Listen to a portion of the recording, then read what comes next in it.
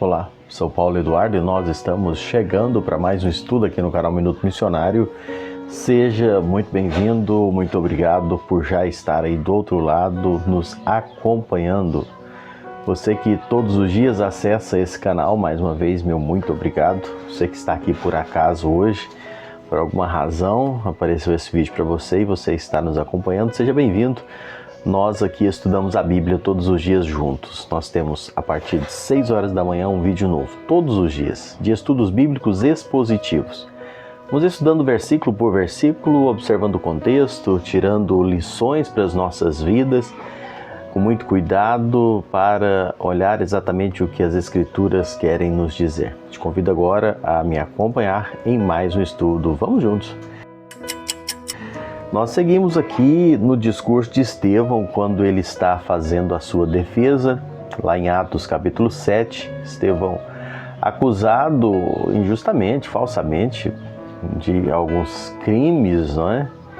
Porque Estevão ele estava pregando, operando milagres e, enfim, o Senhor fazendo grandes coisas ali através de Estevão. Isso incomodou os religiosos da época e eles então estavam num processo de julgamento de Estevão que levaria ele depois a uma sentença de morte. Mas ele faz uma exposição e nós já estudamos aqui Estevão abordando toda a história do povo de Israel para mostrar para eles como Deus operara através da história. Já falamos de Abraão, de José, e o discurso de Estevão agora chega em Moisés, né? O próximo a aparecer aqui na cena é Moisés.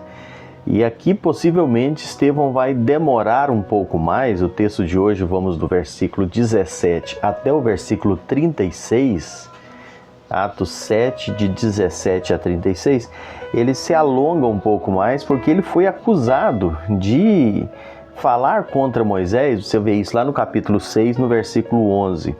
Então Estevão, ele não deixa os seus juízes em dúvida quanto ao imenso respeito que ele tem pela liderança de Moisés, né? Pela lei que foi colocada. A vida de Moisés, e aí Estevão traz isso aqui de forma maravilhosa, a vida de Moisés pode ser dividida em 3 fases, em 3 períodos. Os primeiros 40 anos da vida dele, onde Moisés pensa que é forte. É interessante observar essa fase da vida de Moisés. Ele nasceu num tempo perigoso, ele foi exposto a um cruel destino, mas a mãe dele prepara um cenário e ali ele foi resgatado, criado no palácio de uma forma extraordinária, recebendo uma educação forte lá na corte, né?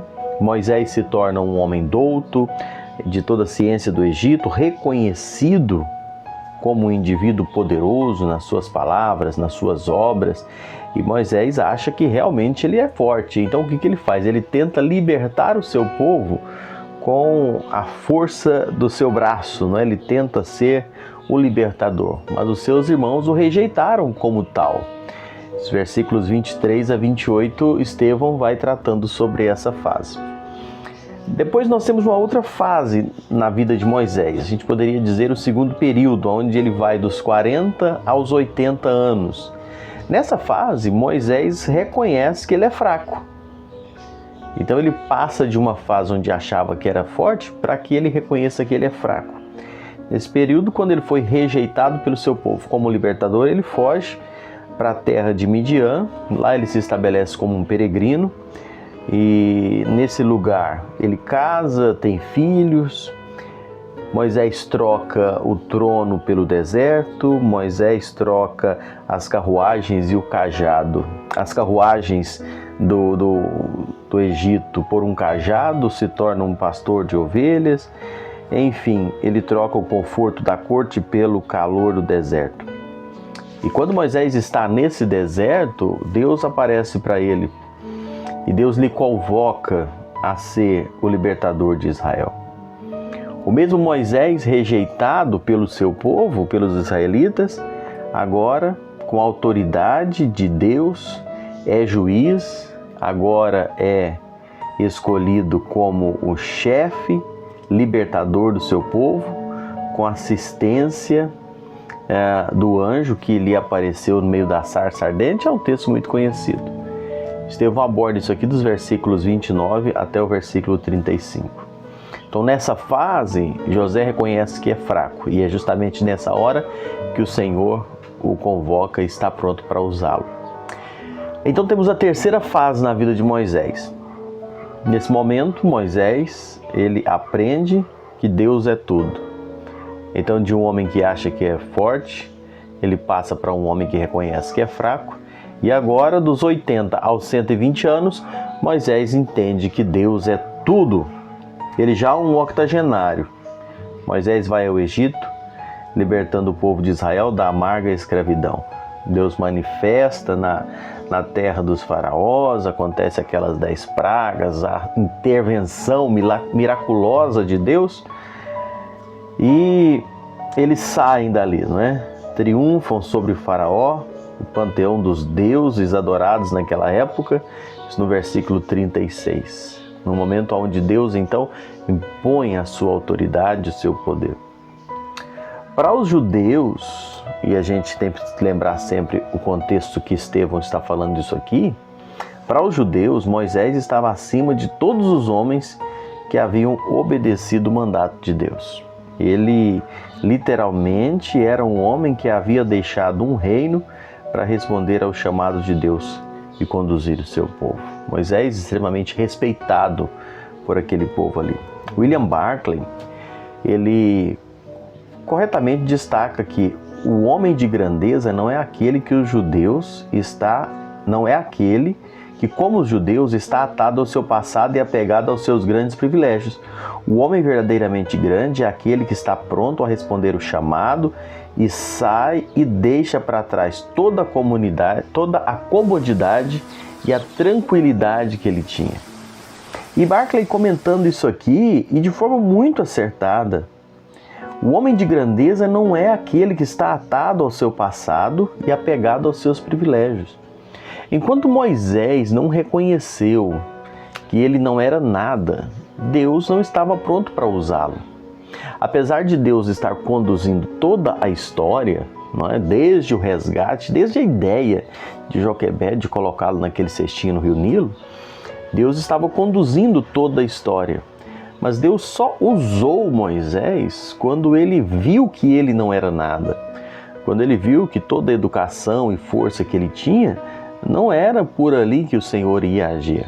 Então, quando ele vai para o deserto, ele abre mão de tudo, ele reconhece que ele não é nada, foi justamente nessa hora que Deus apareceu para ele para usá-lo, né? E você lembra bem o diálogo lá que Moisés, a princípio, ele falou: não, Senhor, eu não tenho condições de fazer isso, não sei nem falar. E é justamente nesse momento que Deus usa Moisés. O homem precisa reconhecer que ele não é nada, o homem precisa estar disposto a abrir mão para poder ser usado por Deus. E assim Moisés foi grandemente usado. Amados irmãos, a gente precisa ter isso em mente. Nós não somos nada, nós não temos nada. Nós não temos condições, nós não temos capacidade. É tudo Deus. Deus é tudo.